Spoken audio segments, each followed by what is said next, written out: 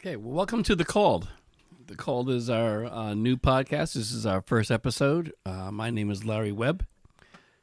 I'll be introducing And Jayne my name is Power. Jayne Power. How are you? This is actually her podcast, and I'm her co-host. So basically, a little bit about us, real quick. I'll say something about me. Everybody has a calling, basically. I don't know why I'm looking back here. That's what the poster's all about. And bringing out who you are and why you do what you do is really kind of the reason that we're doing the podcast. At the end of the podcast, there's a message. It's a God message that we're going to read at the end, and you'll find those extremely interesting. That's for sure. So, Yes, sir. Yep. My calling basically has been working with substance abuse. I have done it for about 25, 26 years probably now. And I'm very, very passionate about it. I've written a book about it that just recently came out, which we'll talk about another time. But what I want to do is introduce you to Jayne here, who basically is the reason this is happening, because she basically gets the God messages. Yes, I do. Hi, Jayne. Hi, Lair. How are you? Thank you. Fantastic. I'm so glad you decided to do this with me. Oh. Because you know I couldn't do it alone. Because I'm a big chicken shit. I'm happy to be here with you. So, yeah. So he's going to guide me through. So when I'm basically here saying to everybody that, that you get these messages and stuff like that, when did this begin for you? Where you started to get messages or know that you could even do that? Probably about 25 to 30 years ago. I became a spiritual dabbler back then. I was reading a lot of books and going to a lot of seminars and just, trying different techniques to be able to connect with the other side. And I found one that resonated with me. So were you just basically on a spiritual search yourself, or? Well, I didn't go out one day and say, I think I'm on a spiritual search now. It just it just happened in a really weird way. I mean, I had a lot of fears growing up, a lot of fear of death and dying and all that kind of stuff. So I definitely needed something to comfort myself. And my cousin, this goes back 30 years ago, my cousin was telling me about a friend of hers that had died. And I guess they did the eulogy, or no, they were trying to the priest was trying to put a eulogy together, but he didn't know anything about the kid. So he asked the parents if he could walk through his room, and he found a book called Life After Life by Raymond Moody. So I remember my cousin was telling me that the priest was talking about this book and how this kid must have believed that there was something on the other side. So I immediately ran out and I bought the book. And that's pretty much how my journey started, from reading that book, because I became hungry for more, because I figured if that one book comforted me, keep on going. You get that itch to do more. Yeah. And I was not somebody that liked to read at all. My father was always teasing me when I was a kid. He gave me Black Beauty to read, and I still to this day have not read it. And every year for my birthday, my father would say, "Did you read Black Beauty yet, Jayne?" No. But once I picked up the Raymond Moody book, that was it. I was just constantly going to Barnes & Noble. We did have Barnes & Noble back then. And, kind of what you said, whatever would jump out at me, I'd take it home, and it just just went with it. Yeah, so that's how the journey started. And then from there I started doing taking classes, going to Omega in Rhinebeck, New York, and stuff like that. Cool. So you have been doing this just on your own, by yourself, sitting and reading books and just kind of. Well, once I found this technique to be able to connect with the other side, I was, I would talk a lot about it. In my profession, I'm a hairdresser, and I used to do nails and pedicures and all that kind of stuff. So there was a lot of time to talk. So, Mm-hmm. once I found that I could talk to the other side, those on the other side, I would talk to my clients about it. And so many of them wanted to learn more and wanted to try it. So it was perfect. Interesting. Yeah, it Yeah. was cool. So somewhere along the way there, how we kind of met, basically, is you were. I was a young girl when I met Larry.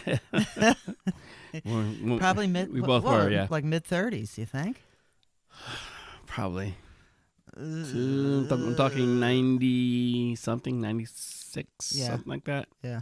Yeah, probably back that far. I was divorced, hanging out with my friends, would go to this place called the Chowder Pot. Very good restaurant, too. And Shout out to Chowder Pot. Chef Chef Go ahead. John. Yeah. And Larry was a bartender Mm-hmm. at that time. And my friend and I bellied up to the bar, and Larry waited on us. Yep. And then You'd be staring at the crowd there wanting to dance, and I'd be like, just going out and dance. And you'd be like, interesting crowd here. Yep. Oh my God! So, but then you became the general manager of the Chowder Pot. Yep. Eventually, yeah.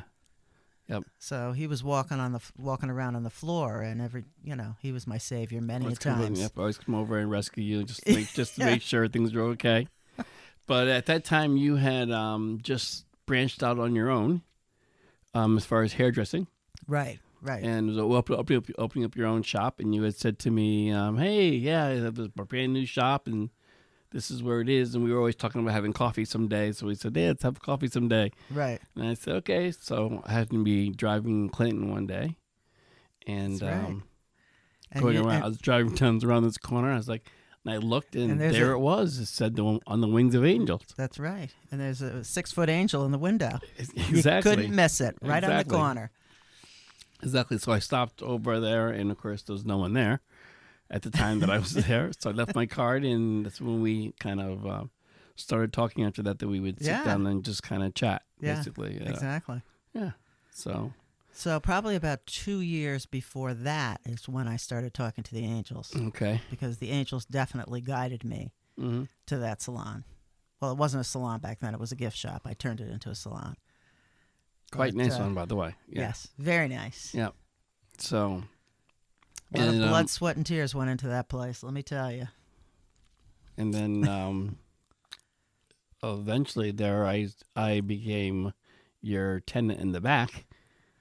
Yeah. In the back of there was like a waiting room in the middle, and the far back I had my little office back there, so we would talk all the time. Well, it was an electrolysis room, Larry's office, and it was like a little living room for me to go relax in between clients. Yeah. So. And I would also do angel readings back there for my clients. I didn't charge them. It was just a thing that you'd never charge Jayne. No. Don't worry about that. No, but I learned a lot though Mm-hmm. through doing this with my clients. And it became something that people just would like you to do. Once they found out Mm-hmm. that I could communicate with angels, they did when I first moved in there. The town did an article on me. The town paper did an article. Mm-hmm. So the word was out, and once the word was out, it was I was getting calls constantly. Can I come in for a haircut? And then I'd start to cut hair, and they'd say, "Oh, can you tell me your story?" And then a haircut that normally takes a half hour would take about 45 minutes because I can't tell a story and do a haircut at the same time. It's just, I'd lose track because of the ADD. The ADD. The letters. So now you have this. You have your new business, and people are coming in doing that. Right. It's getting more popular. With people are starting to know it. Right. That you're doing that, and they're getting some kind of comfort from it. So you just yeah. kept doing it, right? Oh yeah. Basically. Oh, okay. Oh, yeah. Well, I mean, the whole reason I kept doing it, because like I said, I've been dabbling with that for years. Mm-hmm. But I met a man, and the angels were basically kind of giving me tips on how to maneuver through this relationship that I had with this man. And so that's kind of what kept me doing, communicating with them.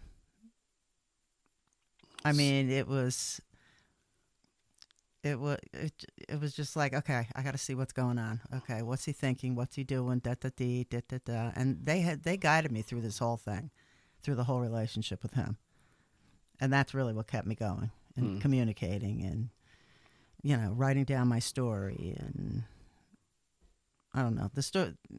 We can't get into that right now. It's basically, he's it's gone. It's too complicated. Right? He's gone. He's gone. He's not in the picture. He's gone, but but he was very important to me. To the part of that story. Yeah. Right then. Okay. Yeah, I learned a lot about the angels because I didn't believe in angels until then. Yeah. Well, when I was in the back and I started asking you the same questions and you were showing me orbs and different things that that you had done something like that. So one day we also sat down and you showed me how you get your messages. And I thought that was pretty fascinating. I thought the message that I got from you was pretty fascinating. And then we would talk about it now and then, stuff like that, right? Right. But eventually, I mean, we even had a spirit group. Right. That would show up. That would show up on Mondays. We didn't know where they came from. They just kept coming in, and we would sit and just chat, basically. And it got bigger and bigger. Well, a lot of times, I may have mentioned something to a client, and I was like, "Why don't you join us?" So or you would bring somebody in, or someone would hear from someone else. Yeah. So it kept those. It's still on my calendar. And Larry, you were like the leader. You always had some kind of topic that we, come up with something. Yeah, that we could roll with. So, so this podcast is all came about. How did this kind of nurture itself into us sitting here now? Oh boy, it's a long story. So, anyways, my son has been telling me for years that I ought to do a podcast. He listens to them all the time, and I was just like, Josh, I know I need some kind of platform for what I do, because I've been writing a book for the last, I don't even know how many years, but we're not going to talk about that until it's done. So, Josh was always like, Ma, you ought to do a podcast, and I'm not real comfortable talking in front of people. So he figured that this might be a good way for me to get my message out. But I'm just like, well, what am I going to talk about? So something happened that brought me to a point where I thought that maybe a podcast would be a good idea. And that pretty much all started, well, where do you want me to start with this? Because it's, I mean, there's a lot. Yeah, I know that there's a lot, but basically, you had been mentoring someone. I had been mentoring one of my clients who had been coming to me for, I don't know, a good 2 or 3 years. And a lot of people, when they come into my salon, I have angels everywhere. Some people come in and count how many angels I have, but most people are like, "So what's with the angels? Is there a story?" And I'll say, yeah, I have a story. And a lot of times they'll say, I have a story too. So anyways, this one woman had been coming to me, like I said, for a couple of years, and never asked me anything about the angels. She was I would put her color on, and then, I would just let her sit, and she was usually on her phone. She was a business person. So I didn't bother her. So this one time she comes in, and she was having problems with her sisters. They didn't want to take care of her mother anymore, and basically she was now the youngest one of the family and now responsible for figuring out what to do with their mother. So she was going to move the mother into a nursing home closer to her. So she was, she was upset, and I don't know, this one day she just asked me to, what's up with the angels? I never thought of asking you. So I told her the whole story, and she was intrigued. And she was like, well, would you do an angel reading for me? I think I really need it. She said, I've never, my family never practice any kind of religion, and so I just don't even know what I believe. So I was like, all right, well, I have Mondays off, so why don't you meet me at the salon on Monday, and, I'll do a reading for you. So we did. And she was amazed, and she felt a lot better after this one reading. So she asked me to do another one. And pretty much after the second reading, she was just like, I want to be I want to be a student. Will you teach me how to do this? I was like, yeah, I'll teach you. So I figured, maybe we'd sit down a couple times and that would be the end of it. Well, 2 years later, 2 years into it, or maybe it was like a year into it. We were meeting every Monday, and it was a weekend before. Yeah, Jimmy and I were going someplace, I can't remember, and I was in the car, passenger seat, he's driving, and I'm scrolling through Facebook. So I happened to come across this woman named Doreen Virtue, who is, or used to be known as the Angel Lady. Most of her books, I think, were published by Hay House, a big publishing company. Yep. And I had a couple of her, well, quite a few of her books, and I thought she was good. So anyways, this, I think she had a live chat that you can do on Facebook? Yeah. There's So it was something like that. And the caption was, find out why Doreen Virtue doesn't do angel cards anymore, because that was a big thing with her. She wrote books and she did angel cards, and then she certified people to be angel card readers. So I clicked on it, and she basically talked about how she was in church and had a vision of Jesus, and I don't know, what the vision was about, but anyways, at this point in her life, she no longer wanted anything to do with, anything paranormal or, she wanted you to get rid of her books, get rid of the angel cards, and now she was going in a different direction. And she said that she had read the Bible 3 times, and now she believes that the Bible is the only word of God. And that was the end of the story. And I was like, holy mackerel. Take it back a little bit. Yeah. Yeah. I mean, because she just spent the last 30 years, teaching people how to communicate with angels, and, how to hear God. I think her first book was something about, I can't remember the name of it, but I think it was something about communicating with God. But I was really taken back by that one. Mm-hmm. So Monday comes along, and I meet with my client, and I tell her the story. And she had never heard of Doreen Virtue. And so it really didn't mean much to her. So anyways, we sit down and do the reading, and we don't get a message from the angels or spirit. We get a message from God. Now, I've gotten many messages from God over the years, but usually, it would be like maybe, 50 angel messages to one God message. It was it was kind of like that commercial by E.F. Hutton. Remember that one? Yep. When E.F. Hutton talks, people listen. Yep. Well, the messages were so different. Because God would come out and say, I am here, whereas the angels were usually, we are here. And basically, God started talking about how, yes, the Bible, is one way for you to connect with me or with God, but there are many ways in which, we can connect with God. The Bible is only one way. And not everything in the Bible is accurate. I mean, some is, some isn't. Right. There's a lot of different flavors, let's put it that way. Yeah. In the Bible, yes. Yeah, so anyways, we got the message, and a lot of times when I get these most of the time when I get these messages, I can only really remember, a little bit at the end, because I'm kind of like in a trance-like state when I'm doing this.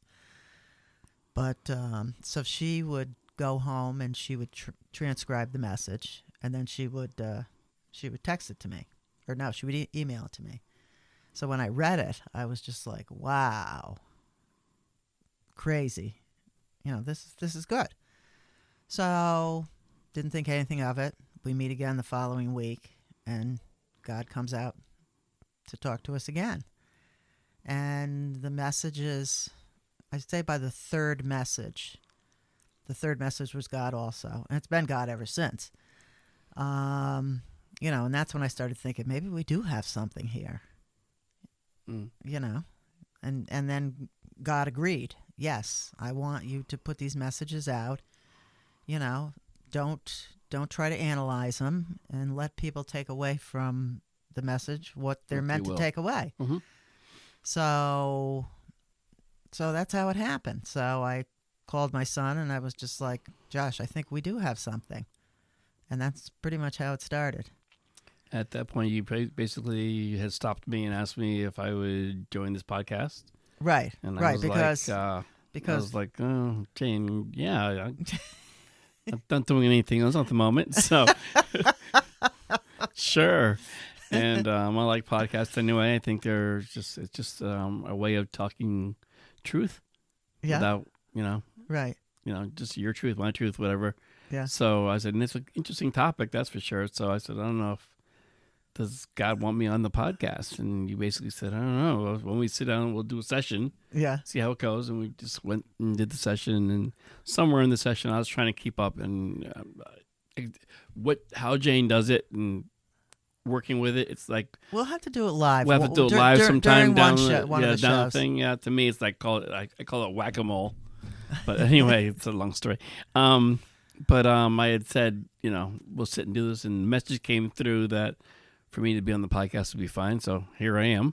Yeah. And there was a book that I had written back in 2010 that was sitting around, and the message came through. Yeah, it was sitting around, wasn't it? The message came through that to put your book out. It's going to help a lot of people. And I was like, I didn't really want to go against God. This is how it goes. I mean, I had a lot of trouble with the round pegs and the square holes. Mm-hmm. And I figured this time I should get it right. If God says do it, do it. Yeah. So I wasn't going to mess around this time. I don't want to get, a lecture later. Yeah. So I said, yeah, I would do that. So I basically gave you my a little transcript of my book, and you passed it on to one of your clients, who passed it on to her husband. The book is out and the book is published. And I was like, really? So being on this podcast to me is just like the way it was supposed to be and the way we were kind of told to do it. So here we are. That's right. Absolutely. Yeah. So the idea of this is also is to have not us just sitting here and talking. We'll have other guests on. They're going to come on in and we'll be sharing their experiences. Yeah. And what their callings are, and what they're kind of go into their calling. Yeah. Do you find this to be a calling of yours, or is it something that you've just been around for so long? No, it's definitely my calling. It's definitely your calling. There's no doubt about it. Cool. Okay. Because I can be a real procrastinator, but then something just the angels or God or I just got a message today saying right. Let's get going here. So I like that. That's my job this winter, to like wrap that. it all up. That's very good. It's all written. It's just in the editing phase. Yep. Almost there. I've been busy setting up a podcast, Larry. Like I tell Larry, I'm really good at the grunt labor, pulling all this stuff together, but the talking part, it's going to take me a while to get used to, but it'll come. It'll come. Very good. Come. Very good. Larry's going to guide me down that path. Anytime I look like the deer in the headlights, you'll pick it up, Larry. So you're saying I have the gift of gab, aren't you? Yeah, you do have the gift of gab, Larry. Yeah, something like that. So the messages at the end are really kind of fascinating, and each person gets something different out of it. I always, I am always interested in the look on the person's face after they read it, or the message is read, and someone's listening to it. Yeah, their reaction's always very interesting. Yeah. They're kind of like some of them that I have. One of the things that really connected with me was you had done a message from unfortunately from someone who had passed away Right. from Right. My friend's son. from addiction, and Right. he gave this message that we'll probably have to talk about one day on this podcast. That was a good message. That was that a was message about 2 years ago. a message from the other side from this kid, and it was so much in alignment with the work that I do that it blew me away. And I was like, I know. it's what I've been saying all the time, and people just think it's that I'm a little crazy. So when you read this to somebody, do you tell them how you got this message? I mean, do you, Which message? the message from my friend's son? I basically it's been already what I've already talked about Mm-hmm. for so long that when you hear it from somewhere else, where someone is saying the same thing, Right. and I say where it came from, they're kind of like, what? And I was like, yeah, and it matches, and it's interesting that it matches Yeah. because I've been saying the same thing, and people look at me with like I have two heads when I say it, and then Yeah. you hear someone that struggled and is in this peaceful place, Right. which is kind of interesting. So In bliss. He's in bliss. it's in bliss, absolutely, absolutely. So that's the idea of this podcast. Yeah. We'll be putting on each episode, and at the end of the episode, once again, we have the God message. Right. And kind of put those two together, and we'd love to hear any questions that you have, or any guests that you might want us to have on the show. That would be good. yep. And you can refer to the web. There'll be a website that you can refer to. So Yeah, we're gonna have the some of the. I guess the episodes will be posted on the website, right? Yeah. And in Yeah. other places. yeah, so So we're learning all about social media, right, Larry? I don't know how to use a computer, but I do know how to use my cell phone. and I cut social media out like 15 years ago. No TV for 15 years. Well, guess what? It's No time. social media, nothing whatsoever. So we got a lot of learning. Yeah. So here Lot we of are. learning So here we today. are chatting. Yeah. So, right. So that's that's pretty much what the podcast is about. We'll go into it in more detail Mm-hmm. as we go along, and we'll talk a little bit more about us. Yeah. And Definitely. yeah. Excellent. All righty. Alrighty. We will see you again. See you next week. Thanks for tuning in. Thank you. Bye. Bye-bye.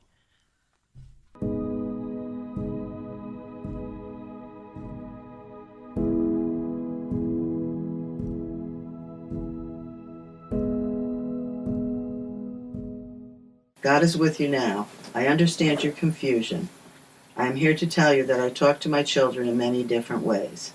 The Bible is only one of those ways.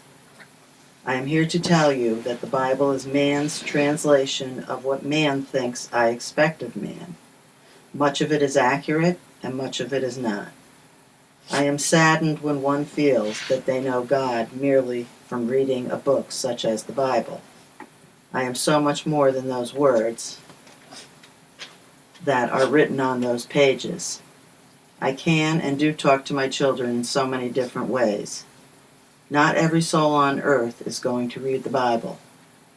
That would limit my access to my children. I want everyone to know me in a way that will help them to connect.